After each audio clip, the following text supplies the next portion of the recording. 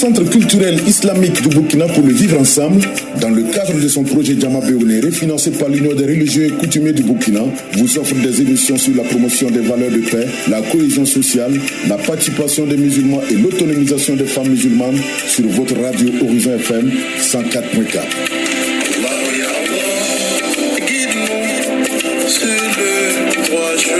Elles seront animées par des imams, experts et personnes ressources sur la question. Suivez-nous les mardis et jeudis de 14h à 15h.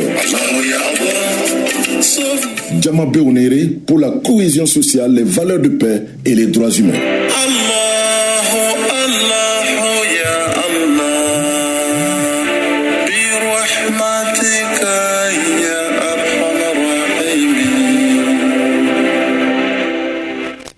أعوذ بالله السميع العليم من الشيطان الرجيم بسم الله الرحمن الرحيم الحمد لله رب العالمين ثم الحمد لله رب العالمين السلام عليكم ورحمة الله وبركاته.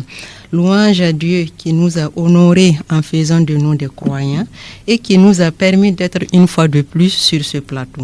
Puisse Dieu déverser sa grâce en abondance sur le sceau des prophètes Mohammed sallallahu alayhi wa sallam, sur sa sainte famille, ses vertueux compagnons, ainsi que sur tous ceux et toutes celles qui emboîteront leur pas jusqu'au jour de la rétribution des comptes. Fasse Allah que nous soyons inscrits parmi la communauté de Mohammed sallallahu alayhi wa sallam le jour de la rétribution des comptes. Amis auditeurs, auditrices de la radio Horizon FM, la 104.4, la radio du peuple. Nous sommes ravis de vous retrouver à notre rendez-vous dénommé Djama Béounéré. C'est une émission qui fait la promotion d'un avenir radieux à travers des rappels sur la cohésion sociale, la paix et les droits humains. Elle vous est offerte par le Centre culturel islamique du Burkina, CCIB, et l'Union des religieux et coutumiers du Burkina, URCB, en partenariat avec notre radio préférée, la radio du peuple Horizon FM, la 104.4. Votre sœur Afzeta Tabsoba devant le micro. Mardi dernier, nous avons animé l'émission en compagnie de M. Lassane Sakandé, imam de l'AYMB et du Serfi. Il a été question au cours de cette émission de décortiquer la thématique intitulée Éducation, instruction et promotion de la paix, de la cohésion sociale. Au cours de l'émission, l'imam a apporté des éclaircissements sur la nécessité d'éduquer et de bien instruire les enfants. Il n'a pas également manqué de relever son importance et son impact dans la promotion de la cohésion sociale, en un mot, dans la reconstruction de la paix et du vivre ensemble. Pour ce présent numéro, l'imam Sakandé est toujours en notre compagnie et il abordera les acteurs de l'éducation des enfants et leur rôle. Imam, donc sans plus tarder, vous avez la parole. Merci bien, ma sœur. A'udhu billahi minash shaitanir rajim. Bismillahir rahmanir rahim. Alhamdulillahi rabbil alamin. Wassalatu wassalam ala man ursila rahmatan lil alamin. Sayyidina wa nabiyina maulana Muhammad wa ala alihi wa ashabihi wa man tabi'ahum bi ihsanin ila yawmiddin, amma ba'd. Assalamu alaikum wa rahmatullahi wa barakatuh. Toutes les louanges sont à Allah subhanahu wa ta'ala, le Seigneur et Créateur de l'univers. Nous le louons pour ses innombrables bienfaits, nous le louons pour la santé, nous le louons pour la foi, nous le louons pour le temps libre qu'il nous a donné afin qu'on puisse encore une fois de plus se retrouver au sein de cette radio, la 104.4, et d'échanger afin d'améliorer nos conditions de vie et aussi pouvoir mieux adorer notre Seigneur pour bénéficier de sa récompense suprême qui est le paradis. Nous demandons de déverser en abondance sa paix, son salut, ses bénédictions sur le sceau des prophètes Mohammed, sur sa sainte famille, ses valeureux compagnons et sur tous ceux et toutes celles qui leur auront emboîté le pas jusqu'au jour du dimanche dernier. Puisse Allah nous faire parmi ceux-là. Ceci dit, frères et sœurs dans la foi, et comme le disait ma chère sœur Abzeta, et cet après-midi encore, nous sommes là pour continuer la suite de notre thématique en lien avec l'éducation, l'instruction, la scolarisation des enfants. Et aujourd'hui, il sera question effectivement du rôle des différents acteurs du système éducatif, du rôle des différents acteurs de l'éducation, de l'instruction des enfants. Mais avant, permettez-moi de dire un petit mot sur l'importance même d'instruire les enfants, sur la nécessité d'envoyer les enfants à l'école, sur la nécessité de rechercher la science, le savoir. Premièrement, il faut dire que le savoir, la science libère l'homme. Elle libère l'homme de quoi? De l'esclavagisme et de la dépendance aux autres. Celui qui connaît ne peut pas être pareil que celui qui ne connaît pas. Alors, si tu connais et tu es éclairé, tu es illuminé, tu sais comment les choses marchent, tu sais comment les choses fonctionnent, tu ne seras pas chaque fois dépendant des autres afin que les autres puissent te dire ce qu'ils comprennent de l'actualité, ce qu'ils comprennent même de la religion. Quelqu'un qui n'est pas instruit, qui n'est pas savant, qui n'a pas appris sa religion, sera chaque fois dépendant des savants, des prêcheurs qui vont lui imposer leur manière de comprendre les choses, leur manière de voir les choses, et il ne pourra que suivre puisqu'il n'a pas un esprit critique, il n'a pas des bagages assez conséquents pour critiquer ou bien pour discerner et savoir ce que les gens lui disent c'est vrai ou bien ce n'est pas le cas. Également, lorsqu'on n'est pas instruit, on dépend des autres. Même le simple fait de remplir une formulaire et son écrit, son nom, son prénom, si on n'est pas instruit, on ne peut pas le faire. On sera obligé chaque fois de demander de l'aide aux gens. Et s'il te plaît, est-ce que tu peux m'aider à remplir ce formulaire?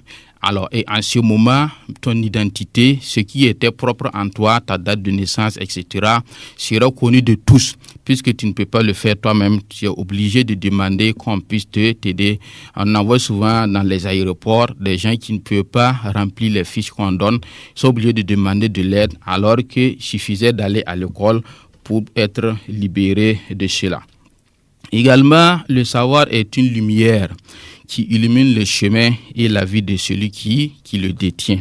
Lorsqu'on est instruit, lorsqu'on connaît, on vit aisément. On sait comment le monde fonctionne, on sait ce qui se passe et on est mieux éclairé. On sait où on va, on sait où est-ce qu'on met le pied. On connaît les conséquences de chaque action dans la société. Également, comme je le disais, les savants sont toujours au-dessus des ignorants. Alors voilà pourquoi Allah nous demande dans le Coran قُلْ هَلْ يَسْتَوِي الَّذِينَ يَعْلَمُونَ وَالَّذِينَ لَا يَعْلَمُونَ. Sont-ils égaux ceux qui savent et ceux qui ne savent pas? Alors voilà une question à laquelle on n'a pas besoin de trop réfléchir pour savoir que jamais, au grand jamais, l'ignorant ne sera l'égal du savant. Et lorsque nous regardons même dans cette vie, et lorsqu'on parle de grande puissance, on parle de pays développés, et ces pays ne sont pas arrivés là où ils sont que grâce à la science qu'ils ont travaillé à développer dans tous les domaines, que ce soit la médecine, que ce soit la technologie, que ce soit la pharmacie, et l'électronique, tout c'est l'astronomie. Ils ont travaillé à développer les sciences dans leur pays afin que la science les propulse au développement au niveau duquel ils sont aujourd'hui. Donc si aujourd'hui nous voulons égaler ces pays, nous voulons nous développer, il faut qu'on mette un accent particulier sur la formation, un accent particulier sur la scolarisation, un accent particulier sur l'instruction, la scolarisation des enfants. Également, si nous regardons dans le Coran, Allah subhanahu wa ta'ala s'adresse chaque fois aux doués d'intelligence. Ceux qui réfléchissent, ceux qui savent réfléchir, qui sont intelligents, qui sont dotés de raison et de discernement. Alors que le fait de s'instruire, le fait de mettre un enfant à l'école va développer son cerveau, préparer son cerveau à la réflexion. Le cerveau est comme tout autre muscle de l'organisme. Un muscle qu'on n'entraîne pas, un muscle qu'on n'exerce pas, il ne pourra pas donner le meilleur de lui-même lorsqu'il sera sollicité. Mais lorsque l'enfant est à l'école, on va lui apprendre à développer ce muscle, on va lui soumettre des exercices qui nécessitent la réflexion. Et en réfléchissant grandissant, il va développer davantage ce muscle et pouvoir avoir le discernement, pouvoir réfléchir face à certains problèmes qu'il va rencontrer dans la vie. Et aussi, si nous regardons dans l'école, le fait d'aller à l'école est un des droits fondamentaux de l'enfant. Donc le droit de l'enfant d'aller à l'école est un droit fondamental selon la Convention relative aux droits de l'enfant. Et l'enfant, tout enfant, sans aucune distinction, a droit à l'école, à l'instruction. Également, l'islam en a fait un droit fondamental en disant que la recherche du savoir, de la science, est une obligation pour tout musulman, est une obligation pour toute personne, qu'elle soit homme ou femme. Frères et sœurs, dans la foi, un des facteurs qui puisse influencer la réussite de l'enfant à l'école est le choix même de son école.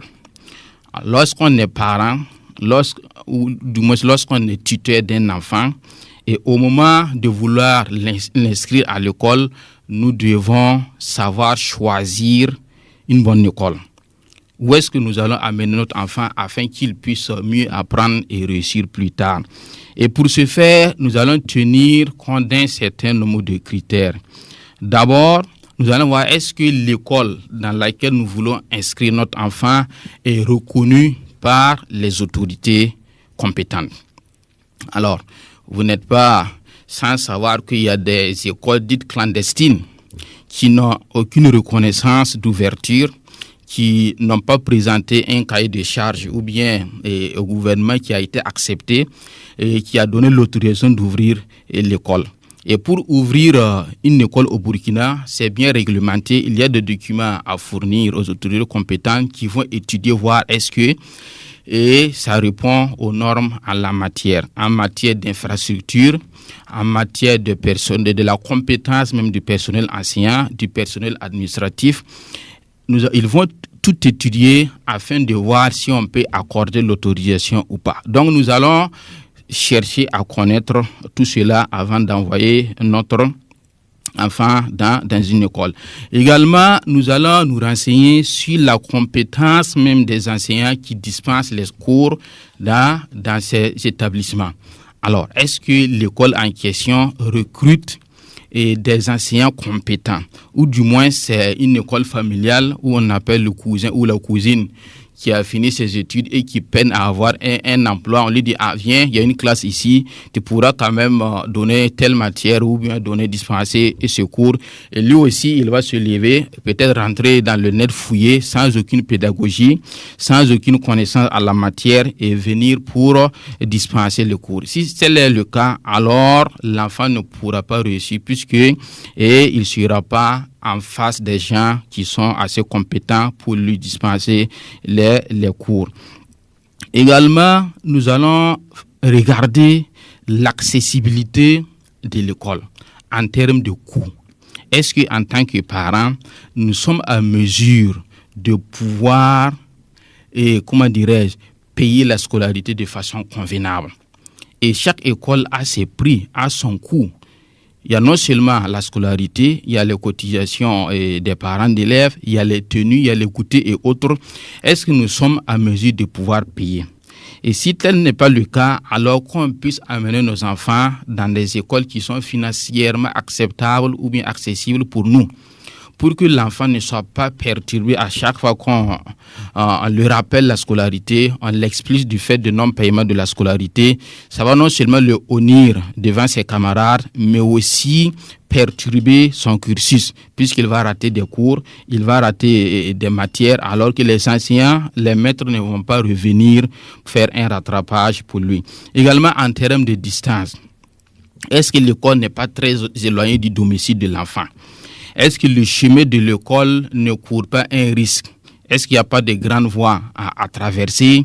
Est-ce qu'il y a quelqu'un qui va déposer l'enfant à l'école ou bien il va aller lui-même à l'école? Nous allons regarder tous ces aspects parce qu'on voit souvent des petits enfants de 7 ans, 8 ans sur des vélos et au milieu des voitures, au milieu des motos qui traversent les voies et c'est vraiment très risqué pour ces enfants.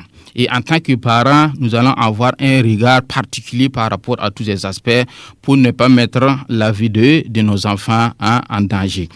Également, nous allons avoir un regard particulier sur les valeurs même qui sont véhiculées même par l'école. Alors, au-delà de l'instruction, l'enfant doit être à mesure d'acquérir des valeurs morales, des valeurs sociales, des valeurs spirituelles. Est-ce que nous, en tant que musulmans, l'école dans laquelle nous allons amener notre enfant, est-ce que l'école permet à l'enfant de pratiquer sa religion? Est-ce que l'école permet à l'enfant de porter son voile? Est-ce que l'école permet à l'enfant de pouvoir, aux heures creuses qui coïncident avec des heures de prière, qu'il puisse au moins prier au sein de l'école? Quelle est la ligne idéologique en matière de théologie, de spiritualité de l'école? Voilà tous ces aspects que nous allons regarder avant aussi d'amener notre enfant dans une école. Également, quel est le taux de succès de l'école? Alors, les élèves qui sont en classe d'examen chaque année, qui sont le BPC, le bac, le CEP, alors quel est le taux de succès? Est-ce que l'école fait des taux assez acceptables? 100%, 90%, nous allons regarder tout ça avant d'envoyer nos enfants dans une école. Frères et sœurs, dans la foi, et comme je le disais, l'éducation prend en compte tous les enfants, quelle que soit leur provenance. En matière d'éducation, il n'y a pas d'exclusion et tous les enfants ont droit à l'école. Voilà pourquoi les autorités compétentes doivent veiller à cela. Qu'il y ait des conditions qui permettent même aux enfants en situation de handicap, que ce soit visuel ou bien moteur, puissent aussi accéder à l'éducation, à l'école, à l'instruction au même titre que les autres enfants.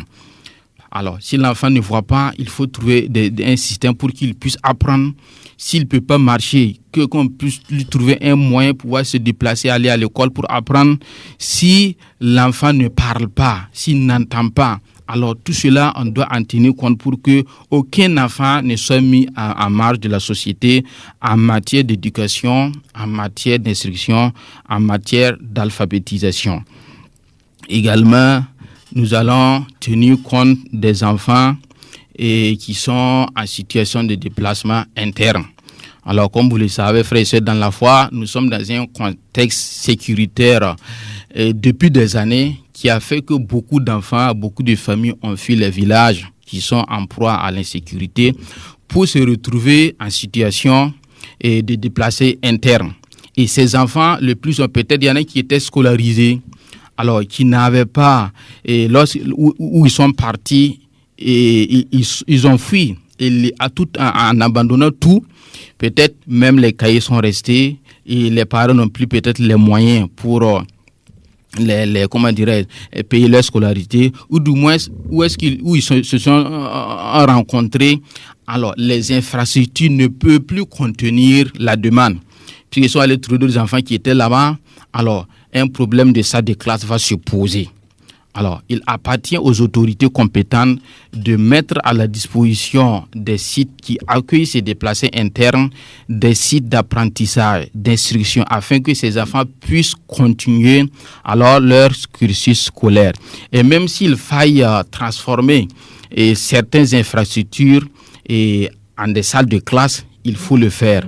J'en ai vu un cas que j'ai apprécié, un village qui est situé sur la route de Bobo, où une mosquée, la partie d'une mosquée a été transformée en salle de classe.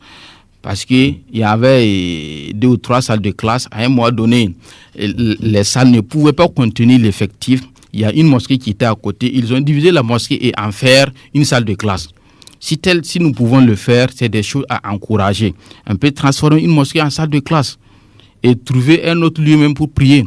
Ou du moins pendant que les élèves sont là, alors ils vont faire leur cours et après les fidèles aussi peuvent venir prier. Donc tout cela, c'est les alternatives que les religieux aussi peuvent pratiquées afin d'aider aussi l'État à faire face aux conséquences de l'insécurité. Également, nous allons tenir compte de la situation sociale de tous les enfants. Vous savez, tous les enfants ne sont pas issus de familles assez aisées, qui sont à même de pouvoir payer des scolarités assez conséquentes. Voilà pourquoi l'État aussi doit rendre accessible le coût de l'enseignement, le coût de la scolarisation, afin que toute famille puisse alors inscrire son enfant à l'école, payer ses fournitures, payer sa tenue au cas échéant, et que l'enfant puisse vraiment être à mesure de suivre les cours de façon acceptable. Frères et sœurs, dans la foi, le thème central, c'était le rôle des différents acteurs de l'éducation des enfants. Alors, je parlais tantôt de système éducatif. Et lorsqu'on parle de système éducatif, c'est qu'il y a des acteurs.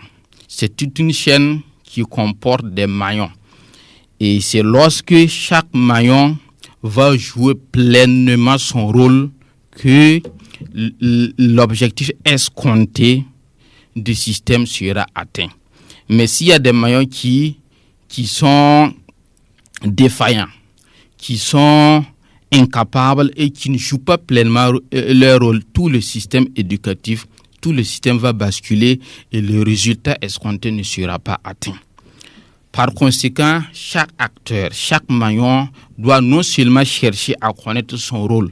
Qu'est-ce que je dois faire? À partir du moment où on sait ce qu'on doit faire, on va se donner les moyens et le pouvoir de pouvoir le faire de façon convenable. Le premier acteur, qui est l'acteur même principal et primordial du système éducatif, ce sont les parents. Ce sont les parents eux-mêmes, puisque avant que l'enfant ne parte à l'école, il va grandir au sein d'une famille, auprès de ses parents, ou du moins auprès de ses tuteurs, qui doivent travailler à lui inculquer un certain nombre de valeurs avant que l'enfant n'ait l'âge même d'aller à l'école. Et ce que les parents doivent faire premièrement, c'est d'inculquer ou du moins de combler les besoins spirituels de l'enfant. Qu'est-ce que le hadith dit? Le hadith dit que tout enfant naît avec la fitra, ou du moins la foi authentique, qui est le fait de reconnaître l'unicité, l'existence d'un Dieu créateur. Ce sont les parents qui vont lui faire par la suite ce qu'il deviendra à l'âge adulte. Donc, en tant que parents, nous devons inculquer aux enfants des valeurs spirituelles, leur montrer Dieu, leur Seigneur, qu'ils doivent adorer. Et aussi, leur apprendre le Coran, qui est la parole d'Allah subhanahu wa ta'ala. À l'âge de 3 ans, puisque l'enfant va commencer à parler, à 2 ans, 3 ans, avant même d'avoir l'âge de partir à l'école. Donc, c'est une obligation des parents de jouer ce rôle-là. Parce que Dieu dit, dans le Coran, au verset 132 de la sourate 20, Allah dit « Et commande à ta famille la salat », c'est-à-dire la prière, et fais-la avec persévérance. Nous ne te demandons pas de subsistance, c'est à nous qui incombe de te nourrir. Et la fin heureuse appartient aux pieux. Donc voilà un verset dans lequel Allah nous recommande d'apprendre la prière aux membres de notre famille et par ricochet les enfants. Le prophète Mohammed dit également: chacun de vous est un berger et chacun est responsable de son troupeau. Le dirigeant est un berger et l'homme est le berger de sa famille. Hadith rapporté par Bukhari et Muslim. Alors, donc, chaque parent, chaque chef de famille, chaque mère de famille est responsable. Nous avons la charge de bien éduquer les enfants parce que nous allons rendre compte. Dieu va nous demander, c'est un dépôt qu'il nous a donné et comment nous avons géré ce dépôt. Il va nous demander des comptes. Et pour qu'on puisse répondre de façon favorable et avoir les mérites, que chacun puisse chercher à savoir ce qu'il doit faire et travailler à faire ce que nous devons faire. Et Allah dit également dans le Coran, ô vous qui avez cru, préservez vos personnes et vos familles d'un feu dont le combustible sera les gens et les pierres. Sourate 66, verset 6. Alors donc, en tant que parents, nous allons inculquer les valeurs spirituelles à nos enfants. Également, nous allons travailler à combler les besoins matériels de l'enfant. L'enfant a besoin de s'habiller. L'enfant a besoin de se nourrir, de se protéger. L'enfant a besoin de soins. C'est aux parents qui incombent toutes ces dépenses. Et chaque parent, chaque responsable de famille doit tout faire autant que faire se peut. Chacun, en fonction de ses moyens, doit jouer pleinement ce rôle. Ce qu'on nous demande, c'est la négligence. C'est l'irresponsabilité face à nos charges. Et Dieu connaît ce qu'on peut faire, il ne demande pas plus. Faisons ce que nous pouvons faire. En fonction des moyens que Dieu nous aurait accordés, travaillons avec cela. Également, étant donné que l'enfant évolue dans un environnement qui est la famille, nous devons en tant que parents travailler à ce que cet environnement-là soit favorable au développement de l'enfant. Que ce soit un environnement de paix, de cohésion, d'amour, d'affection familiale pour l'enfant. Et en ce moment, l'enfant va développer toutes ses potentialités et donner le meilleur de lui-même. Mais si l'environnement dans lequel l'enfant va évoluer, alors n'est pas favorable, il y a chaque fois des disputes, des mésententes entre papa et maman, et les enfants regardent. Tout cela va affecter négativement l'enfant. Voilà pourquoi nous devons en tant que parents travailler à ce que l'enfant puisse avoir un environnement sain dans lequel va régner l'amour, l'affection, et il y aura la paix, la cohésion pour que l'enfant puisse vraiment bien se développer. Frères et sœurs dans la foi, nous allons marquer une petite pause. Et avant de poursuivre sur notre thématique du jour, qui est le rôle des acteurs du système éducatif. Sur ce, à tout à l'heure.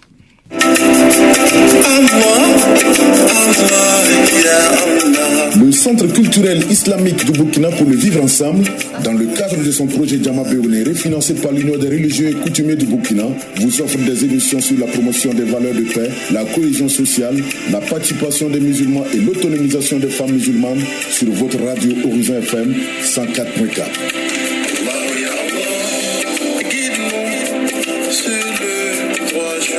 Elles seront animées par des imams, experts et personnes ressources sur la question. Suivez-nous les mardis et jeudis de 14h à 15h. Jama Beonere pour la cohésion sociale, les valeurs de paix et les droits humains.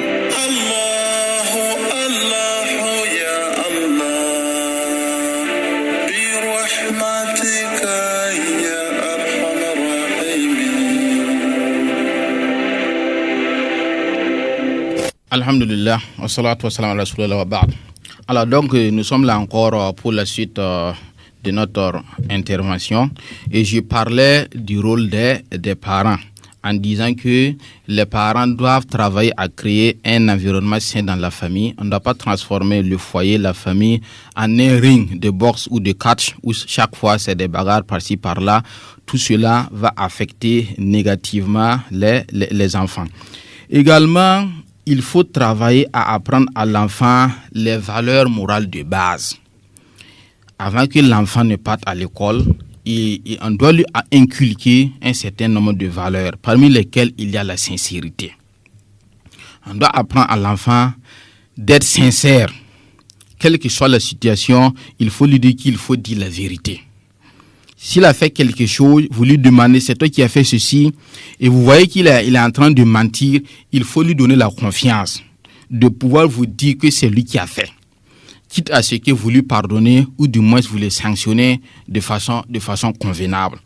Donc, les parents doivent travailler à inculquer cette valeur-là à leurs enfants dès leur jeune âge. Également l'intégrité.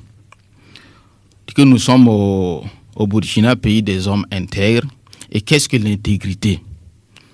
Il faut montrer aux enfants qu'est-ce que l'intégrité. Que veut dire être burkinabé? Préserver sa dignité, travailler dans l'honnêteté, ne pas prendre ce qui ne t'appartient pas. Tout cela, ce sont des valeurs alignées avec l'intégrité. L'honnêteté, il faut être toujours honnête. Il ne faut pas prendre ce qui ne t'appartient pas. Si l'enfant revient et lorsqu'il sera aura l'âge d'aller à l'école, il revient avec un stylo ou bien un cahier ou un livre qui ne lui appartient pas, vous allez lui demander mais où est-ce que tu as pris ça? Il faut aller remettre. S'il dit qu'il a pris, c'est pour son camarade, il faut le sonner afin qu'il puisse remettre ce qu'il a pris qui ne lui appartient pas. Également, nous allons travailler à ce que l'enfant ait confiance en lui, la confiance en soi. L'enfant ne doit pas douter de lui. Il faut lui inculquer, il faut lui dire que ce qu'il a en lui et ce qu'on lui demande de faire, il peut bel et bien le faire. C'est pas au-dessus de ses moyens, c'est pas au-dessus de sa capacité. Une fois que l'enfant aura appris et cette valeur-là qui est la confiance en soi, vous allez voir qu'il va surmonter pas mal de difficultés. Mais s'il a un doute en lui, chaque fois il pense qu'il peut pas, en lieu de le faire, s'il dit qu'il peut pas, alors il faut qu'il arrive à le faire. Il faut qu'il sache qu'il peut le faire et vous allez voir qu'il va le faire. Il faut aussi apprendre à l'enfant l'appréciation de ce que l'on a. Il faut lui dire que alors Dieu a fait de telle sorte que les gens se dépassent. On n'a pas les mêmes moyens. On n'a pas les mêmes capacités. Il faut lui dire de se contenter de ce que Dieu lui a donné. Parce qu'à l'école, il va y avoir des enfants qui sont issus de milieux plus favorisés, qui viennent avec une certaine somme à l'école, ou bien qui viennent avec un type de goûter que lui, il ne peut pas avoir. Il faut qu'il n'envie pas ces derniers, il faut qu'il sache se contenter de ce que lui a donné, remercier Dieu pour cela avant de demander et ce qu'il n'en a pas. Et tout cela, c'est aux parents d'inculquer cela aux enfants. La reconnaissance, Dieu t'a donné la santé, Dieu t'a donné des parents. Dites-lui que Dieu lui a donné des parents. Il y a des enfants aujourd'hui qui n'ont pas de parents. Et voilà un motif pour lequel il doit dire Alhamdulillah avant de passer au goûter, avant de passer au petit vélo, avant de passer au vélomoteur, etc., etc. Également, frères et sœurs, dans la foi, en tant que parents, nous devons surveiller la compagnie de nos enfants. Nous devons savoir qui sont les amis, les camarades de mon enfant. Quelle est leur moralité? Quels sont les types d'enfants qu'il suit, qu'il fréquente? Parce que le plus souvent, les mauvais comportements sont appris auprès des amis. L'enfant, à un moment donné, peut développer un certain nombre de comportements néfastes. Si vous fouillez bien, vous allez voir que c'est auprès peut-être d'un ami, d'un camarade qu'il a appris cela. Donc, on doit chercher à savoir quelles sont les fréquentations de mon enfant afin de corriger si toutefois les enfants qu'il suit n'ont pas une bonne moralité. Également, nous sommes dans un monde de technologie et où il y a les téléphones, il y a les réseaux sociaux et aussi nous devons savoir c'est à quel âge que je dois donner un téléphone à mon enfant. Et quel type de téléphone? Il y a des téléphones simples avec lesquels on peut appeler, on peut écrire un SMS. Comme il y a des téléphones intelligents qui sont dotés d'un certain nombre de pouvoirs avec la connexion, nous devons savoir tout cela. Et ne pas, dès la 6e ou le CM2, donner un certain type de téléphone aux enfants avec la connexion qui vont visiter tous les réseaux sociaux. Et nous, en tant que parents, nous ne cherchons même pas à savoir ce que les enfants regardent, ce qu'il y a dans leur téléphone, etc. La télévision, tout cela doit être régulé dans la maison. L'enfant ne doit pas avoir toute la latitude de suivre la télé comme il veut, suivre toutes les émissions qu'il veut, à n'importe quelle heure, même à minuit, 1h du matin. On se réveille, trouver que l'enfant est devant la télé. Tout cela va nuire même à la capacité de réflexion de l'enfant. Ça ne va pas lui être utile dans ses études. Également, en tant que parents, nous devons avoir ou bien installer un climat qui favorise la communication entre parents et enfants. Le plus souvent, il y a des parents qui sont assez stricts, assez sévères, à tel enseigne que l'enfant n'a pas le courage de venir leur expliquer un certain nombre de problèmes qu'il rencontre. Nous devons travailler à briser cette barrière-là, que l'enfant puisse venir nous expliquer, nous raconter ce qu'il rencontre comme difficulté, ses sentiments, ou du moins ce qu'il a vécu dehors et ce qu'il veut. Il faut que l'enfant soit à mesure de nous dire cela. Et c'est à nous de travailler à lui donner et cette confiance-là, travailler à être l'ami entre griffes de l'enfant afin qu'il puisse tout nous dire et nous allons lui donner les conseils qui sied. Également, lorsque l'enfant sera à l'école, nous allons veiller à un suivi. Beaucoup de parents, ce qui les préoccupe, c'est payer la scolarité et payer les fournitures, payer les goûters, la tenue et autres. Et tout le reste, ce n'est plus leur problème. L'enfant est parti à l'école, les parents ne savent pas. L'enfant suit les cours, il est assidu, il est ponctuel, les parents ne savent pas. Quel est son comportement à l'école, les parents ne savent pas. Il faut qu'on suive les enfants. Qu'on prenne le soin de prendre de temps en temps leur cahier et regarder ce qu'il y a dedans, regarder leur sac, ce qu'il y a dedans, et se déplacer, même aller à l'école, et discuter avec les enseignants, discuter avec les professeurs sur un certain nombre d'aspects, pas en lien avec le comportement de nos enfants. Sinon, les enseignants ne peuvent pas à eux seuls tout faire. Surtout qu'ils devraient apprendre un certain nombre de valeurs avant même de venir à l'école.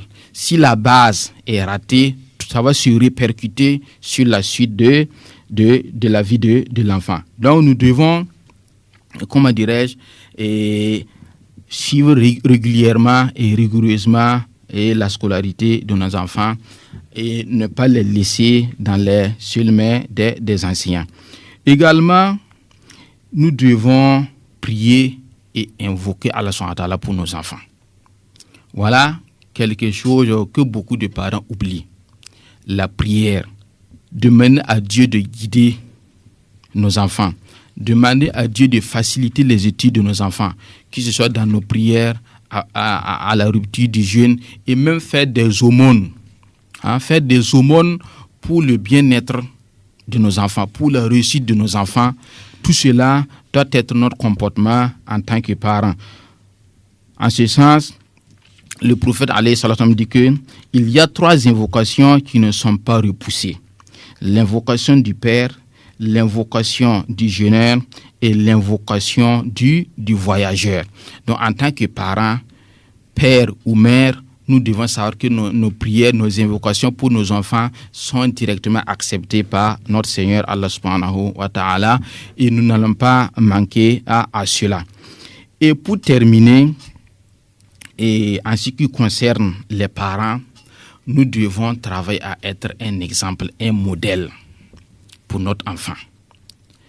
Sans quoi, tout ce que nous allons lui dire ne va pas porter fruit. Si nous lui disons d'être véridique, d'être honnête, d'être sincère, de se contenter de ce qu'il a, alors que c'est nous les parents qui nous plaignons chaque fois de notre situation, c'est nous les parents qui mentons, ou du moins qui apprenons même aux enfants le mensonge, en leur disant par exemple de dire à quelqu'un qui est venu nous chercher qu'il fallait lui dire que papa est sorti. Pendant que toi tu es là, c'est quel comportement tu apprends à l'enfant? C'est le mensonge. Ou du moins tu es assis devant les enfants, au téléphone tu communiques, Tu dis à quelqu'un, je ne suis pas à la maison, je ne suis pas à Ouargla, je suis actuellement à Dori, je suis actuellement en mission à Bobo, alors que tu es assis chez toi à la maison, les enfants t'écoutent, les enfants te disent, ok, regarde papa est en train de mentir. Et en ce moment, l'enfant ne peut pas savoir que le mensonge est interdit. Et si il ne sait pas que le mensonge est interdit, il en fera un de ses comportements. Donc, l'enfant, dès qu'il naît, ce sont ses parents qui sont son modèle. Il ne connaît même pas Dieu d'abord. Et tout ce que son père fait, l'enfant va chercher à copier. Tout ce que sa mère fait, il va chercher à copier. Et c'est à nous de donner un bon exemple aux enfants afin qu'ils puissent nous copier. Sinon, si nous ne joignons pas l'acte à la parole, il n'y aura pas d'impact. Si notre comportement est le contraire de ce que nous leur disons, il n'y aura pas d'impact, il n'y aura pas de résultat. Le prophète alayhi salam dit que le meilleur parmi vous est celui qui est le meilleur envers sa famille. Et je suis le meilleur parmi vous envers ma famille. Donc, soyons un modèle, un excellent modèle pour notre famille, pour les membres de notre famille, pour les enfants, pour madame, etc., afin que les enfants cherchent à nous copier dans nos bons comportements. Frères et sœurs, dans la foi, le deuxième acteur du système éducatif, c'est l'État.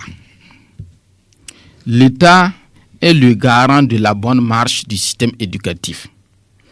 L'État est garant de l'éducation, l'instruction, la scolarisation des enfants. C'est lui qui donne l'autorisation au privé d'ouvrir des écoles. C'est lui qui forme les enseignants. Donc, l'État a un grand rôle à jouer à ce niveau. Et premièrement, l'État doit travailler à construire des infrastructures en qualité et en quantité suffisante.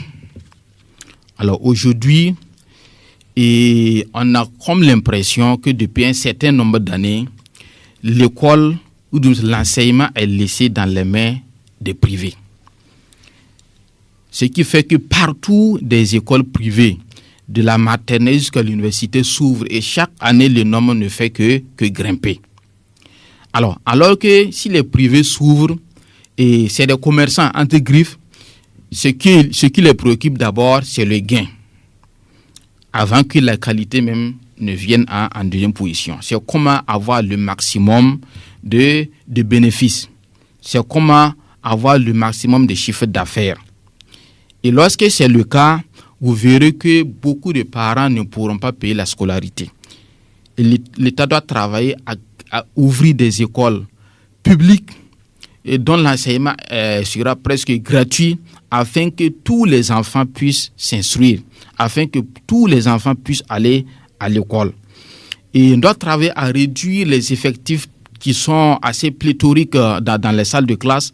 Un seul enseignant qui se retrouve avec plus de 100 élèves dans une salle de classe, quelle que soit sa volonté, alors il ne peut pas suivre de façon convenable tous ces enfants. Il ne pourra pas. Ce n'est pas parce qu'il n'a pas la volonté, mais les conditions ne lui permettent pas. Et c'est à l'État de travailler pour désengorger tout cela, afin que les enseignants aussi puissent travailler dans de bonnes conditions. Également, l'État doit travailler à former des enseignants de qualité et de bonne moralité. Je ne sais pas si ça se fait, mais voilà, l'enseignement est un métier assez noble. Et par conséquent, on ne doit pas permettre à tout le monde de pratiquer ce métier. Mais le constat est tout à fait le contraire. C'est comme un sous-emploi. Et c'est lorsqu'on tape un peu partout, on va dire, bon, que même si c'est l'enseignement, je vais faire. Alors que ça ne doit pas être le cas. Au-delà d'avoir les compétences nécessaires pour exercer ce métier, alors on doit se préoccuper, s'intéresser même à la moralité de l'enfant. À la moralité de l'enseignant, excusez-moi. On doit s'intéresser à sa moralité.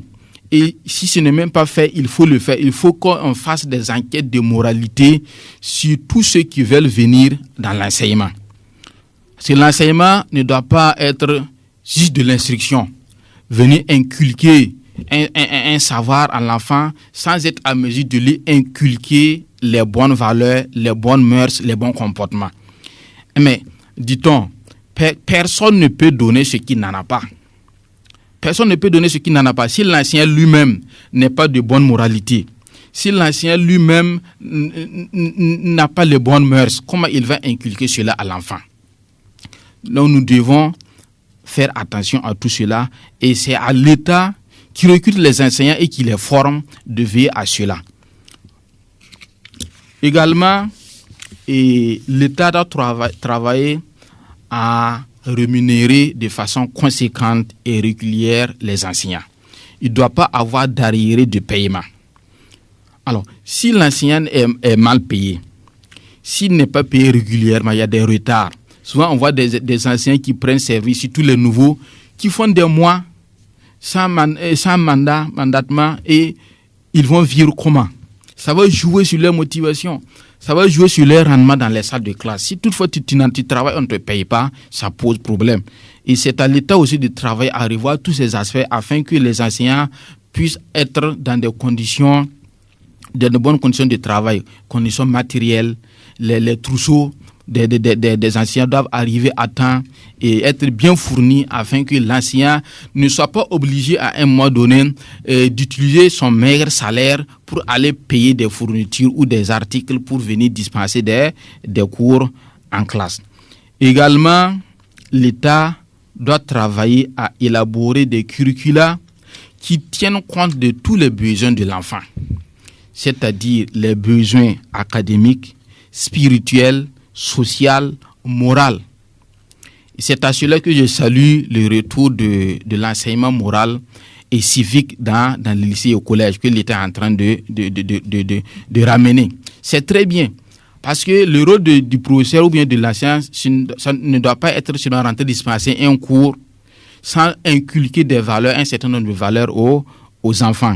Et si on revient à l'instruction civique et morale, ça va impacter davantage la qualité morale de nos enfants. Alors, en tant qu'État également, il faut veiller au respect des cahiers de charges par les établissements privés. Je disais tantôt que pour ouvrir un établissement d'enseignement privé, il y a un certain nombre de conditions qu'il faut réunir. Alors, et lorsque ces établissements réunissent ces conditions, ils auront l'autorisation d'ouvrir.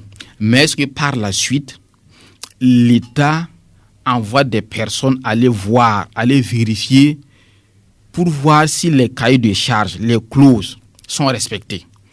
Parce que c'est facile d'écrire que je vais faire ci, je vais faire ça, je vais faire ci, je vais faire ça. Et bon, on regarde ce que tu as dit, on te donne l'autorisation et tu pars faire autre chose. Donc l'État, à travers ses membres, doit mener des sorties sur le terrain pour aller vérifier cela. On avait vu même des écoles qu'on avait fermées du fait qu'elles ne respectaient pas leur cahier de charges. Et cela, c'est à encourager et l'État doit travailler à poursuivre ce travail-là. Alors, le troisième acteur, je vais me limiter là pour l'État parce qu'il y a trop à dire, mais on ne peut pas tout dire en quelques minutes. Le troisième acteur, ce sont les enseignants.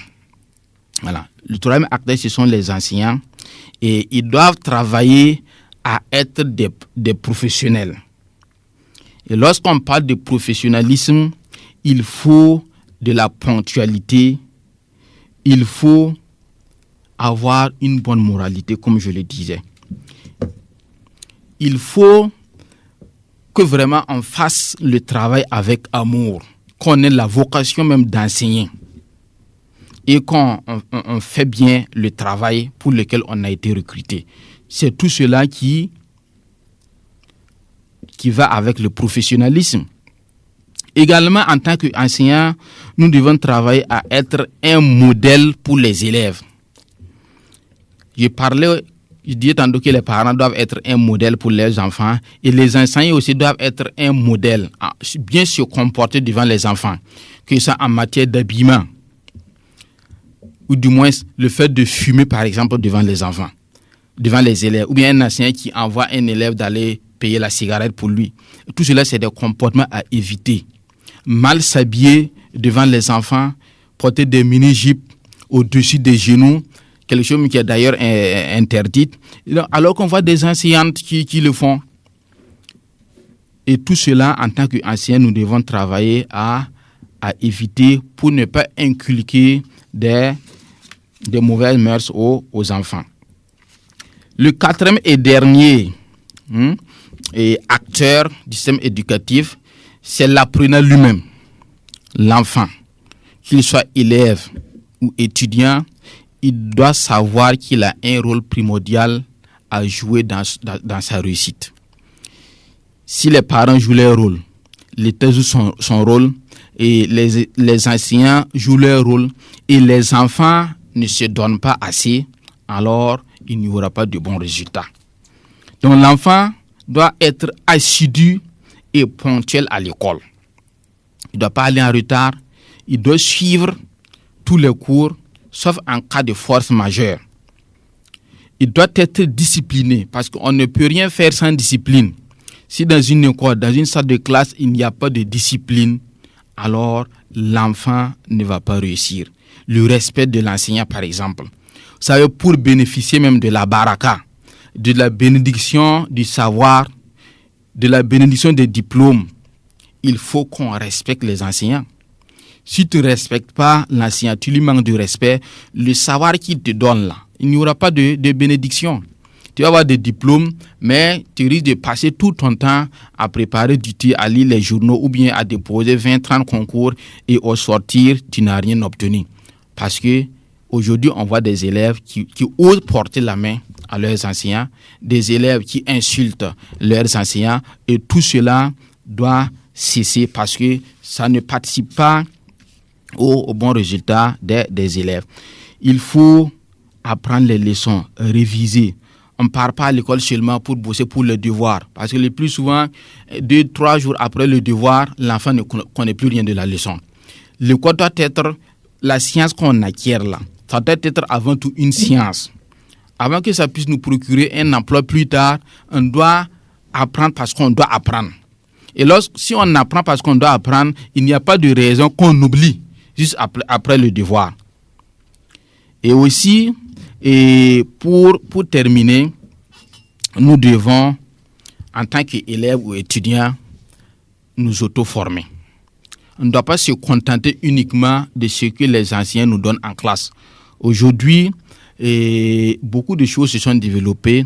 On peut, avec le net, au lieu de passer toutes les journées sur les réseaux sociaux, utilisons nos téléphones, nos connexions pour nous former, faire des recherches afin d'apprendre davantage pour être les meilleurs. Parce que nous sommes dans un monde qui est très compétitif, dans lequel c'est seuls les excellents qui s'en sortent. Et pour être excellent, on ne peut pas se contenter juste de ce que l'enseignant nous donne. Il faut qu'on cherche ailleurs pour ajouter à ce que les enseignants nous donnent.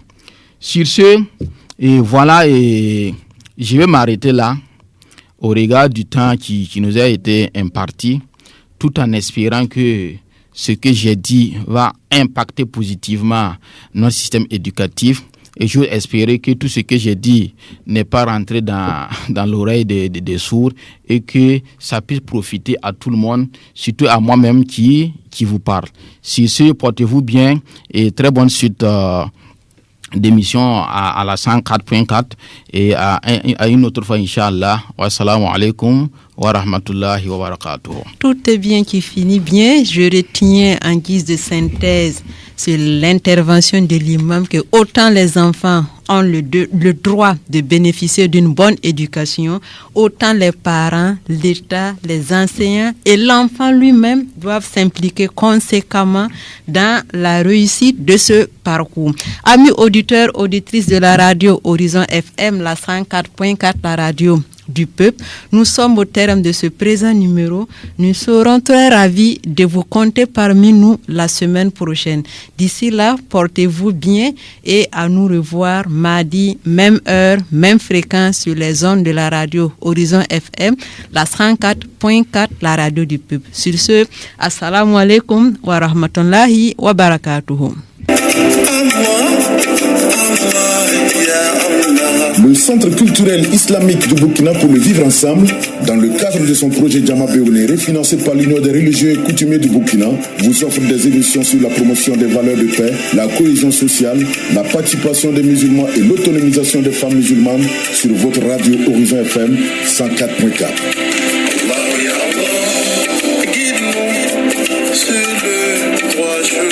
Elles seront animées par des imams, experts et personnes ressources sur la question. Suivez-nous les mardis et jeudis de 14h à 15h.